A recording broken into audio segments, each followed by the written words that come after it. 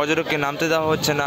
Police কর্মীর পক্ষ থেকে ব্যারিকেড দিয়ে ঘেরানো আছে নিউ দীঘা জাহাজবাড়ি 3 নম্বর হলিডম ঘাট।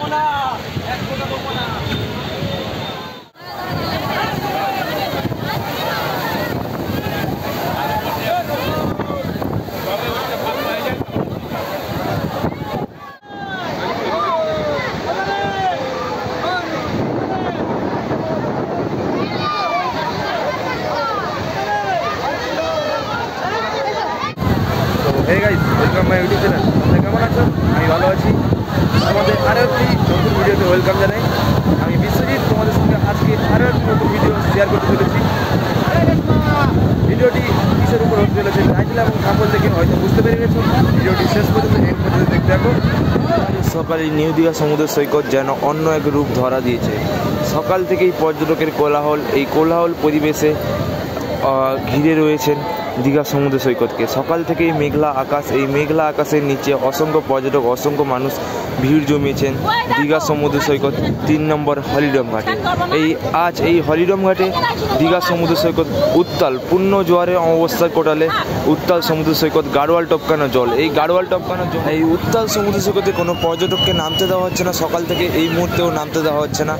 অসংখ্য পর্যটক, অসংখ্য মানুষ ভিড় জমিয়েছেন নিউ দীঘা জাহাজবাড়ি 3 নম্বর হলিডম ঘাটে। আবার কোনো পর্যটক কিন্তু গাড়োয়ালে বসে স্নান করছেন, কারণ এই মুহূর্তে উত্তাল সমুদ্র সৈকত, এই উত্তাল সমুদ্র সৈকতে গাড়োয়াল টপকানো জলেই পর্যটকের স্নান হয়ে যাচ্ছে গাড়োয়ালে বসে। সকাল থেকে কোনো পর্যটককে নামতে দেওয়া হচ্ছে না দীঘা সমুদ্র সৈকতে। সকাল থেকে উত্তাল সমুদ্র সৈকত, অমাবস্যার কোটালে উত্তাল সমুদ্র সৈকত। এই উত্তাল সমুদ্র সৈকতে কোনো পর্যটককে নামতে দিচ্ছেন না প্রশাসন কর্মী এবং পুলিশ কর্মী। কড়া নজরদারি দীঘা সমুদ্র সৈকত সি বিচে এবং সমুদ্র সৈকতে। তার সঙ্গে দুপুরবেলা হতে গেল কিন্তু পর্যটককে নামতে দিচ্ছে না সমুদ্র সৈকতে। এই মুহূর্তে উত্তাল সমুদ্র সৈকতে স্নান করার জন্য অসংখ্য পর্যটক, অসংখ্য মানুষ ভিড় জমিয়েছে নিউ দীঘা জাহাজবাড়ি 3 নম্বর হলিডম ঘাটে। এই সমুদ্র সৈকতে পর্যটককে নামতে দেওয়া হচ্ছে না। পুলিশ কর্মীর পক্ষ থেকে ব্যারিকেড দিয়ে ঘেরানো আছে নিউ দীঘা জাহাজবাড়ি 3 নম্বর হলিডম ঘাট, যাতে কোনো পর্যটক সমুদ্র সৈকতে স্নান না করে বিপদ না ঘটে।